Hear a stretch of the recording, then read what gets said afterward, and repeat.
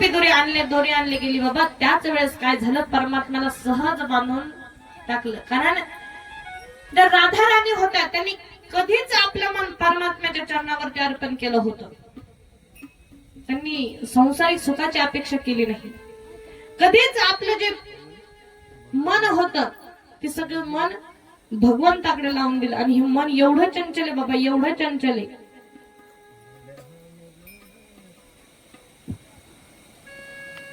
एवढं चंचल मन आहे की एखाद्या वेळेस बाबा बटन दाबल्याच्या नंतर लाईट लागायला वेळ लागतो, पण ह्या मनाला फक्त त्यानं पाहिलं पाहिजे की आज बाजार आहे गाड्या गावचा. कधी राहतो आपल्या गाव बाजार?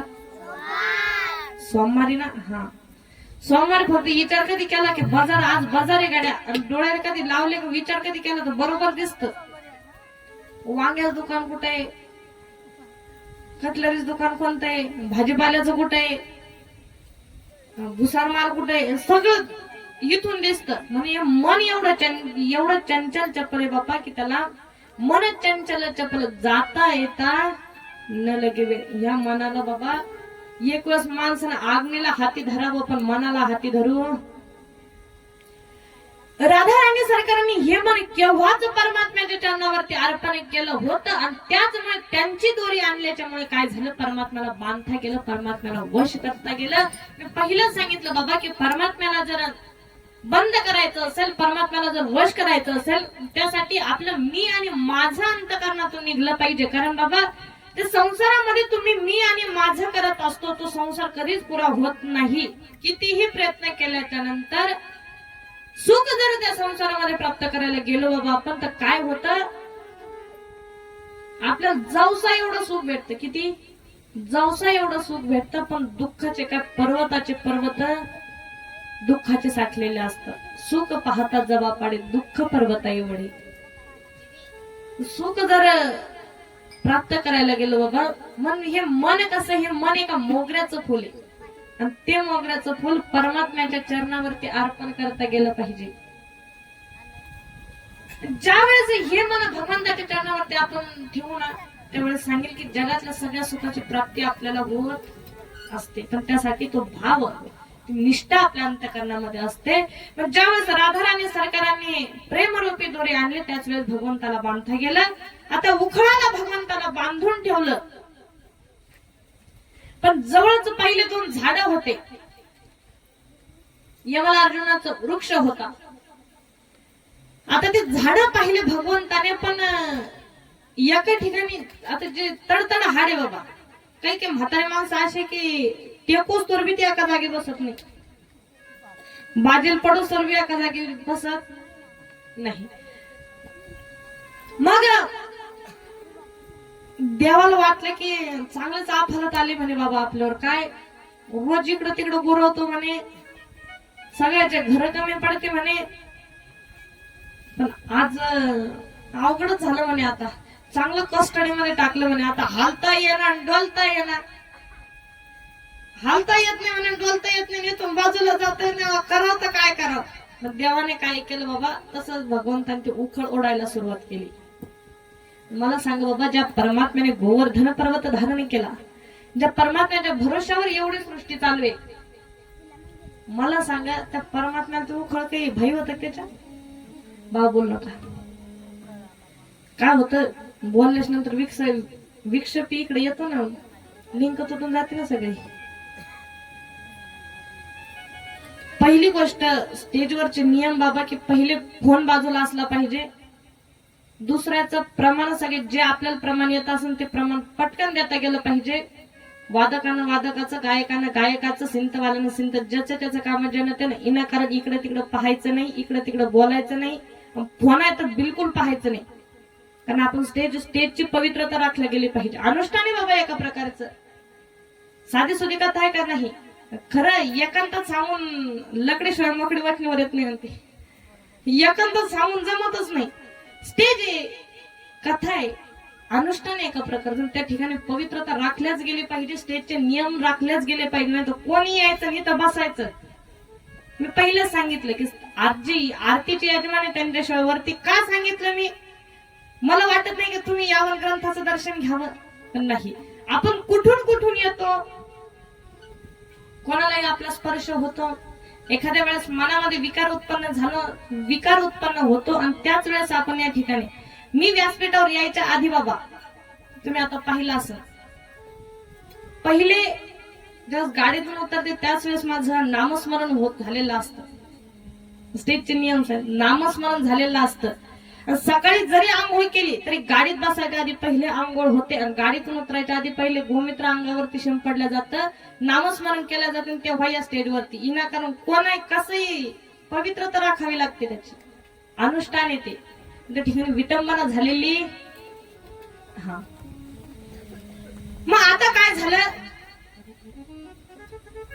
उखळाला बांधलं. भगवंताला वाटलं की चांगलीच आफलत आली म्हणे बाबा आता आपल्यावर, एका ठिकाणी राहून जमत नाही. त्याच वेळेस परमात्म्याने काय केलं, ते उखळ ओढायला सुरुवात केली. बाबा जो सृष्टीचा भार जो परमात्मा सांभाळतो, त्या परमात्म्याला एक उखळ काही जड होता का? नाही. की एखाद्या हातीने मुंगीला उचलून घ्यावं त्याप्रमाणे भगवंताला ते उखळ होतं.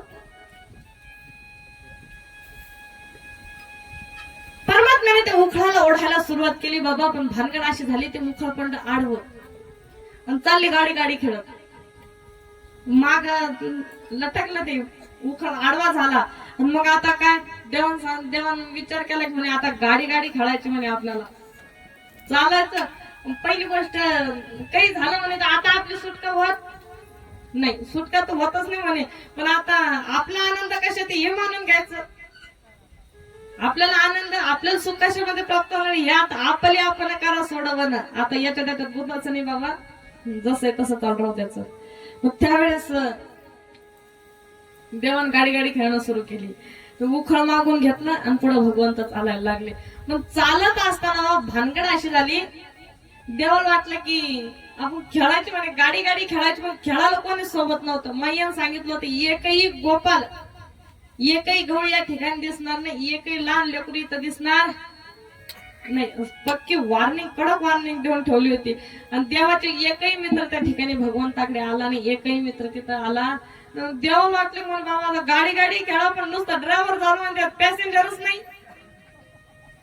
गाडी तर खेळायचं, माणसं बसेल पाहिजे ना, मजाच नाही आली म्हणे. देवाने विचार केला की म्हणे आता काय करायचं, बरोबर 2 झाडं उभे म्हणे.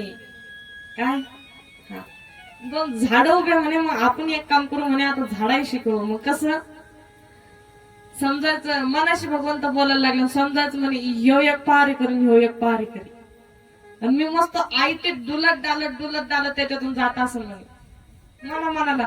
आता लेकरे खेळत असले ना बाबा, त्यात जाऊन नियोजन करते ते तवा पाहून घ्यायचं. काय नियोजन करते वेळेस त्याच्याकडे पाहायचं, ते बरोबर एकूण एका सांगत असेल. ते म्हणते घ्या पायरे, मी माणूस असन, मी दुकानदार असन, मी भाजीपाला घेऊन तिकडून येत असन, मग तुम्हाला आवाज देत असन, तू म्हणत असन मला की भाजी कशी दिली, मग मी म्हणत असन तुला की 20 रुपये किलो दिली. त्याच असं नियोजन होतं.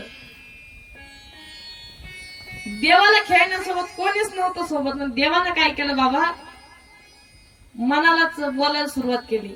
या प्रमाणे एका झाडाला सांगितलं तू एक पारेकरी असेल, तू एक पारेकरी असेल, आणि मग मी राजासारखं डुलत तुमच्या मधातून जात असेल. विचार केला भगवंतानं, राजासारखं डुलत तुमच्या मधातून जात असेल. ठरल्याप्रमाणे झालं आता देवाचं. डुलत डावलत तर भगवंत त्या ठिकाणी निघाले. ते 2 झाडं होते, झाडातून परमात्मा निघायला लागले. पण आता काय झालं बाबा, गाडीला जेवढे बैल झोपले होते का, ते बैल निघून गेले. पण चाक होतं का, चाकाच ते आक जरा रुंद होत ना, ते त्या झाडातून काही निघलं नाही. मग ते उखळाचे आडवं होतं. आता ही गाडी जी होती पुढचं गाडी हाणणार होतं, ते सहज निघून गेलं त्याच्यातून. पण नेमकी गाडी गुतली ना मागे. आता मग आता इकडं झालं तिकडं झालं, इकडं झालं तिकडं, पण ती गाडी काही निघत नव्हती. म्हणजे ते उखळ काही तिथून निघत नव्हतं. उखळ न निघत असल्यामुळे परमात्म्याने काय केलं बाबा, म्हणे आता काही झालं म्हणे तरी आपल्याला इथून जायचं. आणि त्याच वेळेस माझ्या वत्सल परमात्म्याने बाबा त्या ठिकाणाहून जावं आणि त्या उखळाने दोन्हीही झाडं उखडून पडावे.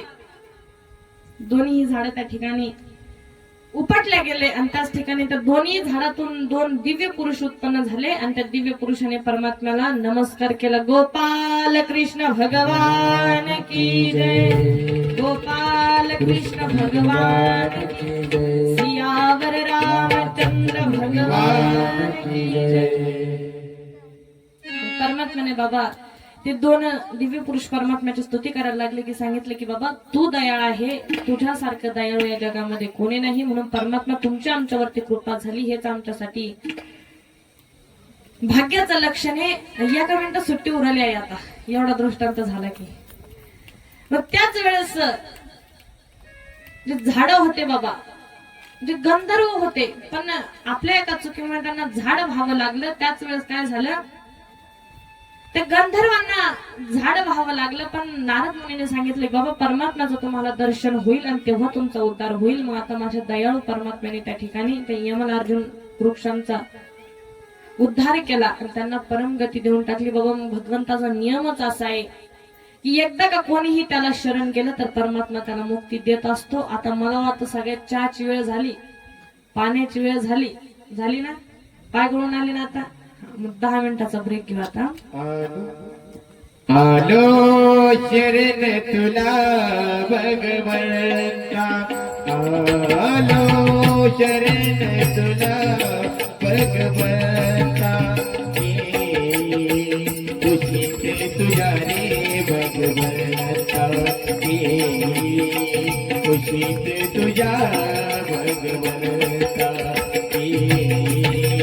खुशीत तुझ्या रे भगवंता. आलो शरण तुला भगवंता, आलो शरण तुला भगवंता, खुशीत तुझ्या रे भगवंता, खुशीत तुझ्या रे भगवंता.